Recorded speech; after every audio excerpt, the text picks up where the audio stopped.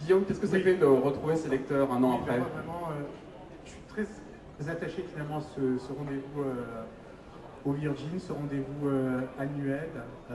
Moi, j'écris en direction des lecteurs, j'écris pour les lecteurs, donc bon, c'est clair que ce moment est toujours spécial et toujours aussi agréable. Et c'était extraordinaire. Le roman est sorti hier, et hier soir, et ce matin, j'avais déjà 400 messages dans ma boîte aux lettres de gens qui avaient finalement déjà lu le roman hier ou dans la nuit, et c'est quand même exceptionnel, et c'est un peu comme une histoire, ça a la magie finalement qu'il y a dans certaines histoires d'amour. On se pose toujours la question de savoir, est-ce que, avant la sortie d'un nouveau livre, on a encore le trac? Quand on s'appelle Guillaume Musso, qu'on est à son 8e roman et qu'on vend 1 million de livres par an, est-ce qu'on a encore le trac? De plus en plus, parce que vous savez que voilà, vous ne voulez pas décevoir. Vous-même, vous êtes exigeant de plus en plus à chaque roman. Là, je sortais d'un roman qui s'appelle La fille de papier, que j'avais vraiment pris plaisir à écrire et que les lecteurs avaient apprécié. Et donc, je me suis remis immédiatement au travail avec pour ambition vraiment d'écrire une histoire assez ample dans un genre un petit peu nouveau. Et j'ai toujours ce désir à la fois, je me fais un désir et un devoir d'innovation à chaque roman pour ne pas resservir chaque année finalement la même histoire, mais essayer de progresser et essayer d'explorer des territoires sur lesquels on n'attend pas forcément. En effet, c'est un livre qui vous emmène dans un genre un petit peu nouveau, on va en parler, mais parlons déjà de l'intrigue de base de ce livre, donc, qui s'appelle L'appel de l'ange. L'appel dans son sens finalement le plus prosaïque, puisqu'il est question de téléphone. Le roman en fait est né d'une anecdote. Il y a environ 4 ans, j'étais à l'aéroport de Montréal.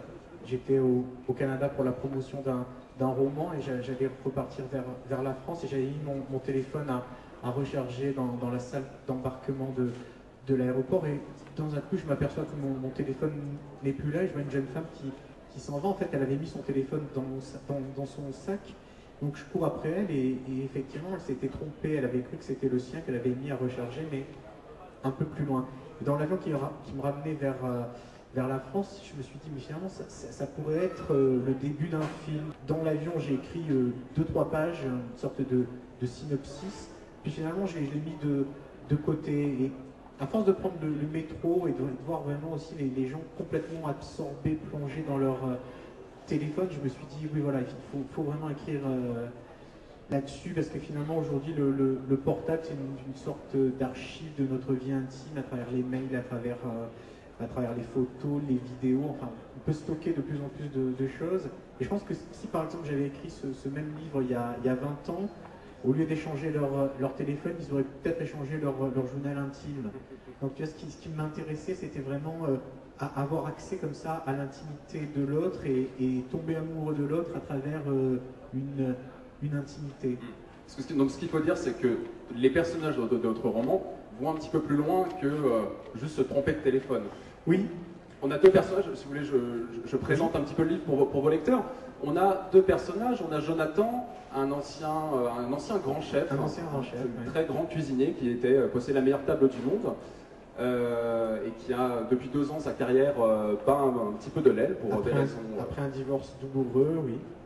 Et dans le rôle féminin, Madeleine Green, qui est donc une fleuriste parisienne, mais d'origine anglaise. On va comprendre que ses origines anglaises sont un petit peu plus sont importantes pour le livre, puisque elle avait une autre identité dans son ancienne vie. Oui, c'est une ancienne flic, une ancienne policière. Donc au moment où on commence le roman, on a ces 2 personnages qui sont un petit peu des fugitifs de leur propre vie, qui ont un petit peu refoulé les douleurs de leur passé.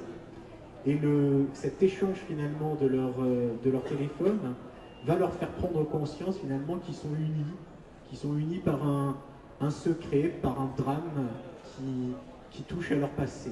Et chacun va devenir un petit peu l'enquêteur du passé de l'autre, jusqu'à trouver finalement des secrets dans le passé, et surtout finalement un fil invisible qui les relie.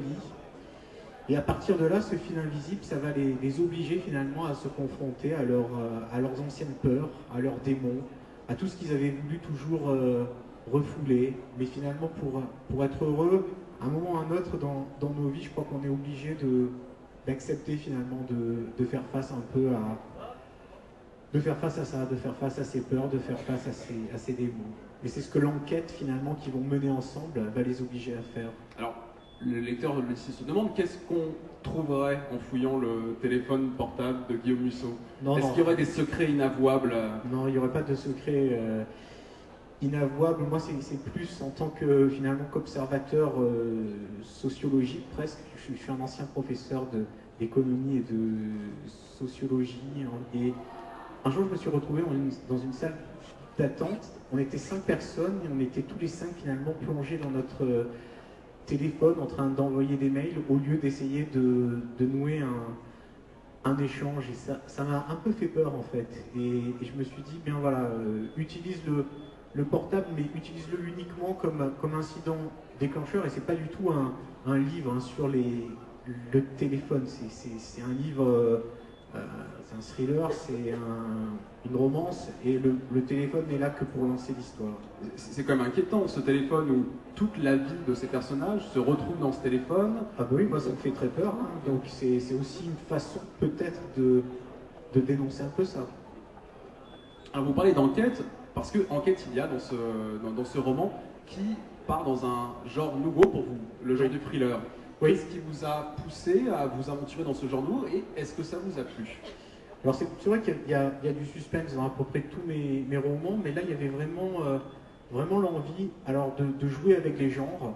Je voulais faire un roman qui commence un peu, vous savez, comme les films avec Tom Hanks et Meg Ryan, et qui bascule d'un seul coup vers un thriller beaucoup plus âpre, beaucoup plus dur, beaucoup plus noir.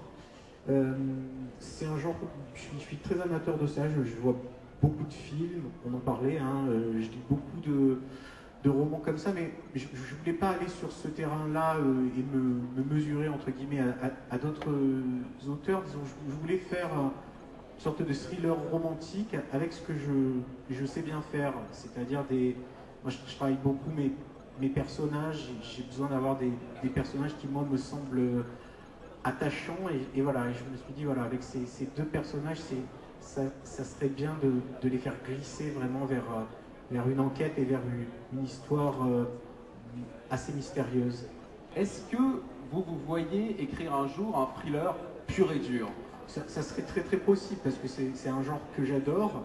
Je pense que pour écrire un thriller pur et dur, moi je pense qu'il faut être très très très très bien dans sa tête parce que ça implique de vivre pendant un an dans une atmosphère vraiment très sombre et très noire.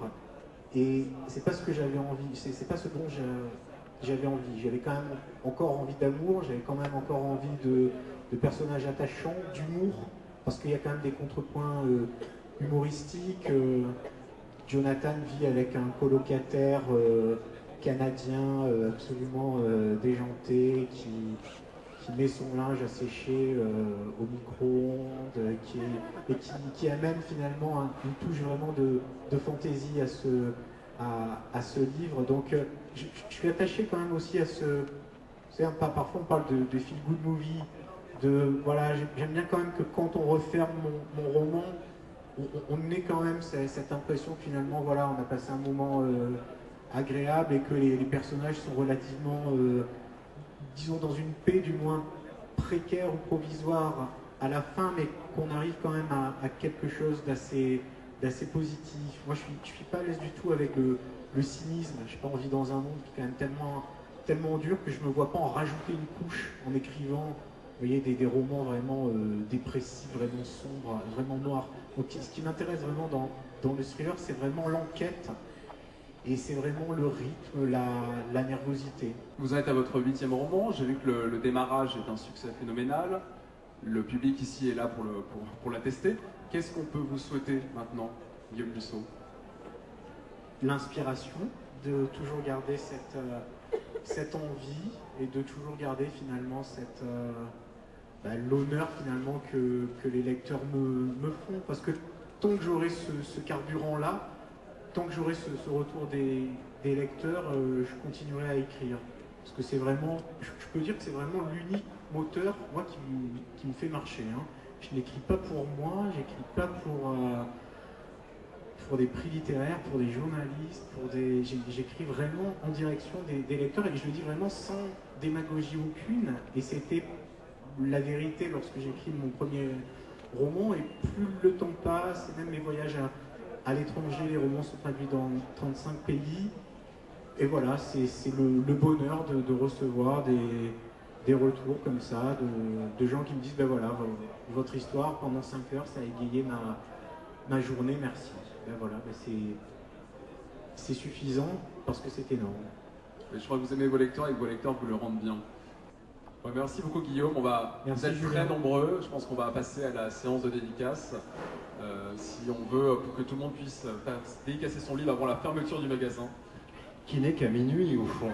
Merci Guillaume en tout cas, merci Julien pour ces questions, merci à vous dans le public.